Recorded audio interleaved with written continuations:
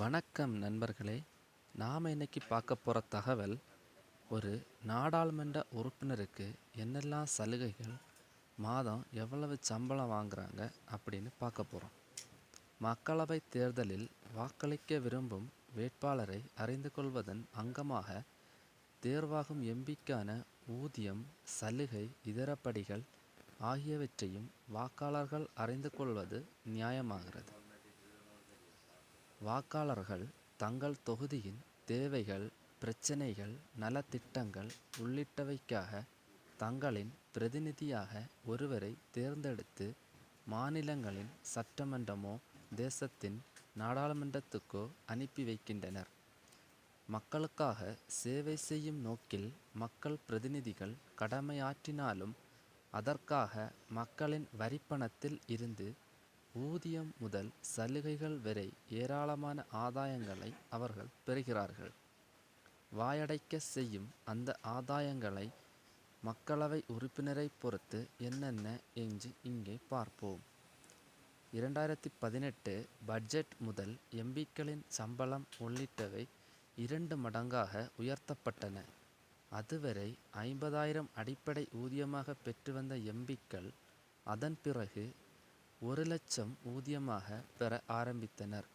அடுத்தபடியாக தொகுதிக்கு சென்று வருவது உள்ளிட்டவைக்கான சலுகைப்படியாக மாதம் ரூபாய் 70,000 வழங்கப்படுகிறது. மேலும் அலுவலக செலவினத்துக்கான சலுகைப்படியாக மாதத்திற்கு 60,000 வழங்கப்படுகிறது. இவற்றை உள்ளடக்கி மாதாந்திர சம்பளமாக மட்டுமே சுமார் 2,50,000 லட்சம் ரூபாயை மக்களவை எம்பிக்கள் பெறுகின்றனர். இவற்றை 5 வருடங்களுக்கு ஒருமுறை பரிசீலித்து உயர்த்தவும் முடிவு செய்யப்பட்டுள்ளது.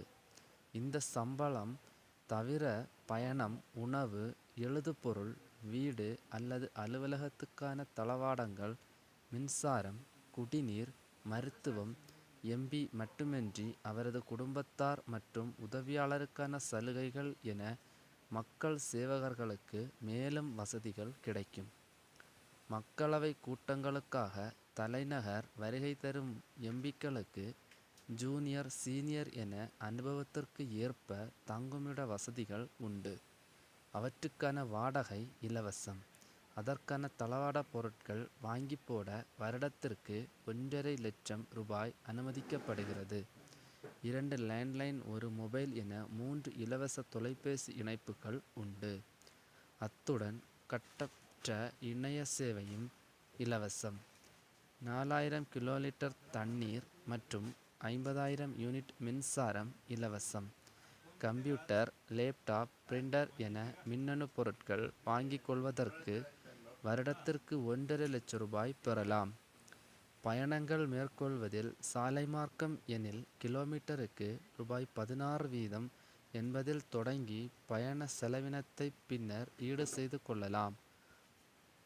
விமான பயணம் எனில் 1/4 பங்கு கட்டணம் செலுத்தினால் போதும். ரயிலில் ஏசி ஸ்லீப்பர் அல்லது பிசினஸ் வசதி இலவசம். எம்பியுடன் பயணிக்கும் மனைவி அல்லது உதவியாளருக்கும் சலுகை உண்டு.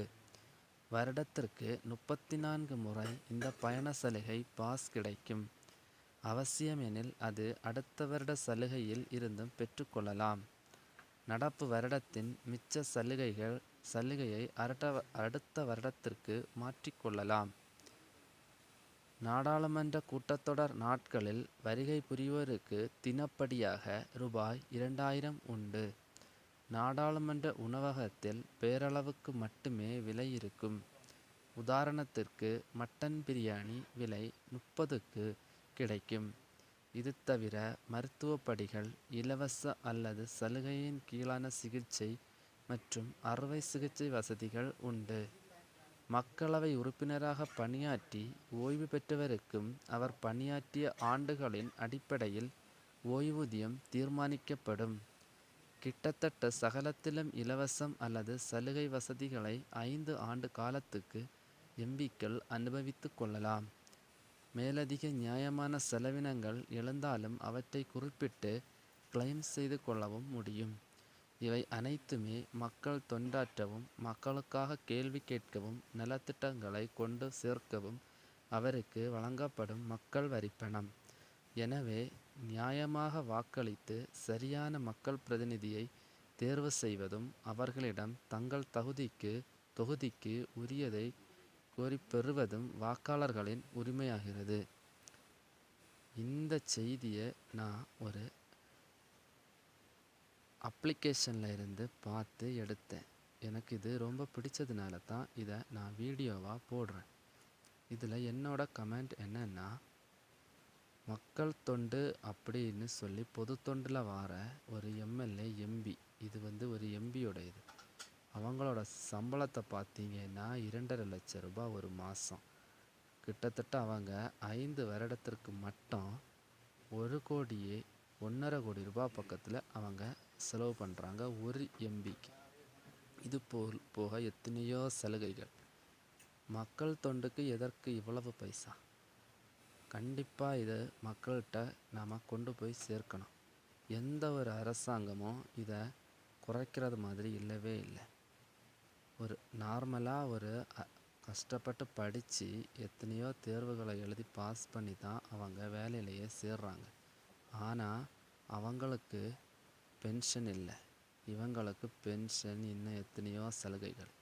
இவங்க மக்களுக்கு நல்லது செய்யணும்னு சொல்லிக்கிட்டு வருவாங்களா, இல்லை அவங்க வீட்டுக்கு நல்லது செய்யணும்னு வருவாங்களா? அதனால் மக்கள் யோசித்து நல்ல உங்களோட கேண்டிடேட்டை தேர்ந்தெடுங்க. கட்சியையோ இல்லை சின்னத்தையோ பார்த்து யாருக்கும் ஓட்டு போடாதுங்க. இதுக்கு முன்னாடி 5 வருஷம் ஒரு எம்பி இருந்திருக்காருன்னா அவர் என்னத்தை செய்தார் அதை பாருங்கள் ஃபஸ்ட்டு. செய்யாமல் எந்த ஓட்டையும் போடாதுங்க. இது என்னோட கமெண்ட். உங்களோட கமெண்ட்டை நீங்கள் கமெண்ட் செக்ஷனில் சொல்லுங்கள்.